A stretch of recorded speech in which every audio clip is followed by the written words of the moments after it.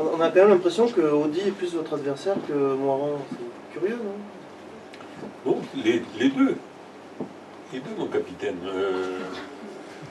Si vous voulez, moi, aujourd'hui, j'ai deux adversaires. J'ai effectivement Michel Moirand, maire sortant, ce que je souhaite le remplacer. Donc, par définition, c'est mon adversaire prioritaire.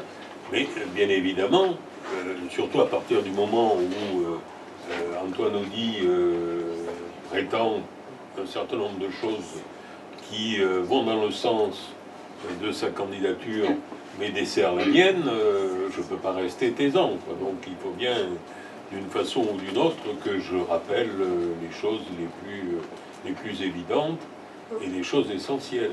C'est un hommage rendu à Audy ou Le Pen que de le combattre. Vous n'avez pas peur que ça favorise l'élection éventuelle de Michel Moirand, cette crispation des... Ça, c'est l'adversaire logique, évidemment, mais... Ça c'est une rumeur que font courir les partisans d'Antoine Audy. Mais d'abord, ce qu'il faut clairement se souvenir, c'est que personne n'est propriétaire des voix, des électeurs. Et que dans une démocratie, et en plus dans une ville comme Périgueux qui a l'expérience de ces votes de liste, ce qui n'est pas le cas partout, mais c'est le cas à Périgueux depuis très longtemps, les gens font la part des choses. Et vous pouvez donner toutes les consignes que vous voulez à votre électorat. En fait, l'électeur, lorsqu'il est dans l'isoloir, il fait ce qu'il veut. Et non pas forcément ce qu'on lui a dit ou ce que veulent ou ce que disent certains candidats compétiteurs. Donc, je dis, l'électeur choisira, il a toujours raison par définition, il choisira le candidat qui convient pour gérer la ville de Périgueux. Alors évidemment, je souhaite que ce soit moi, mais et je ne vois pas en quoi le fait de considérer que Audy est un compétiteur qui connaît mal la ville, déclare lui-même, c'est pas moi qui le dis, c'est lui, qu'il sera un maire à temps partiel, puisqu'il ne sera là qu'en fin de semaine, même s'il est élu, c'est pas moi qui le dis, encore une fois. Donc, je veux dire, c'est pas la meilleure façon que l'on a de présenter sa candidature. Donc, je ne crois pas que ça nuise à ma propre candidature et au résultat que j'escompte. D'autre part, lorsqu'il parle d'économie, il dit qu'il va créer un certain nombre de choses extraordinaires.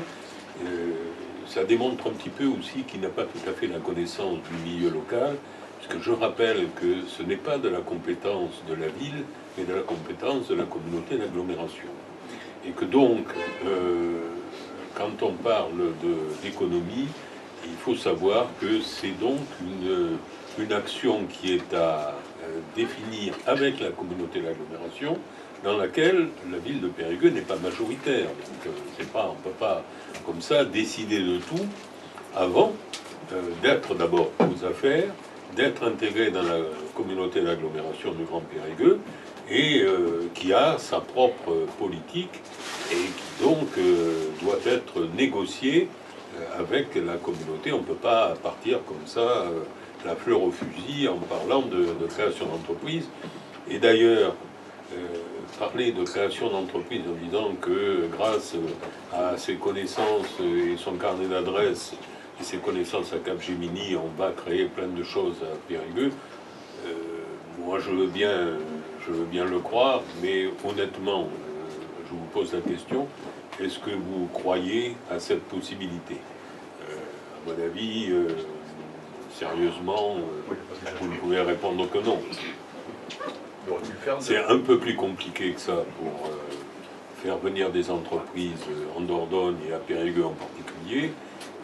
Je rappelle que c'est un travail de longue haleine.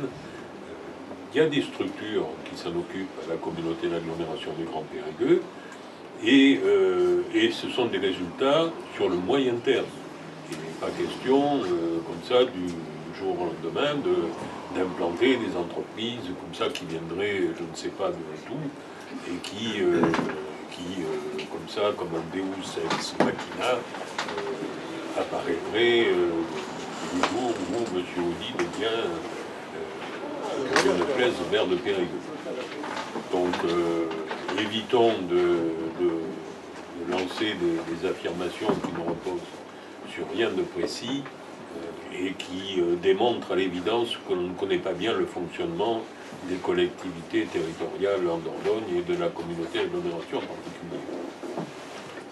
Écoutez, moi j'ai créé une entreprise en Dordogne, c'est quand j'étais ministre des PTT, j'ai créé l'atelier du timbre. L'atelier du timbre, tous les timbres imprimés en France le sont à Périgueux. J'avais à côté de moi Jean-Paul Doudou qui m'aidait. Ça nous a amené mort, Hein? Ça nous a amené mort. Ouais.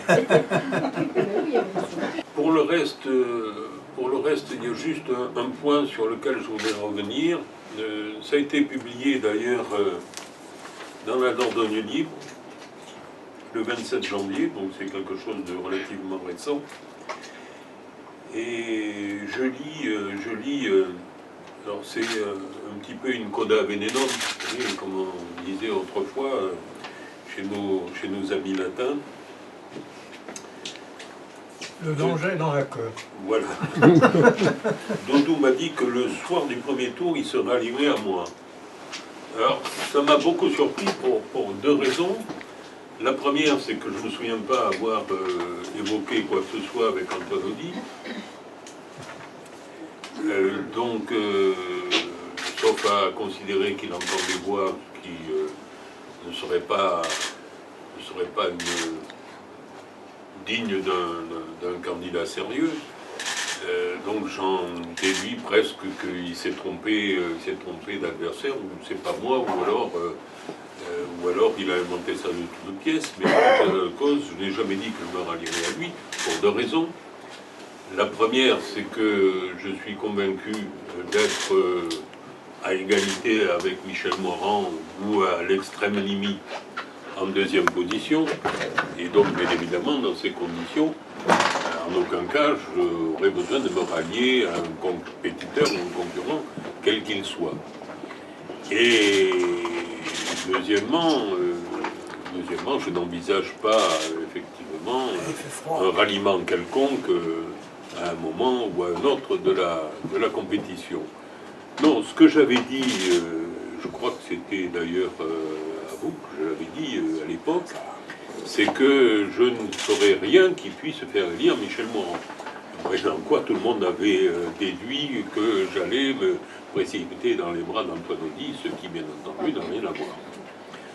Voilà ce que je voulais vous dire. L'autre point aussi qui m'a paru assez original, c'est lorsque le président de l'UMP déclarait que l'esprit de fidélité à la famille gaulliste, c'était de voter Audy. Parler de la famille gaulliste à des gens qui n'étaient pas nés au moment de l'arrivée du général de Gaulle au pouvoir, ça me paraît là encore un peu surréaliste. Dire, si j'ai bien calculé, Antoine Audy devait avoir un an 58 au moment de l'arrivée du général de Gaulle. Donc même si on a une conscience politique particulièrement éveillée, il me semble qu'à cet âge-là, on n'a pas encore tout à fait les notions nécessaires pour avoir cette conscience politique. Et quand le général est parti en 69, il devait avoir 11 ans, et à mon avis, c'est aussi un moment où la conscience politique n'est pas encore tout à fait éveillée, donc je ne vois pas comment on peut parler de gaullisme dans cette situation.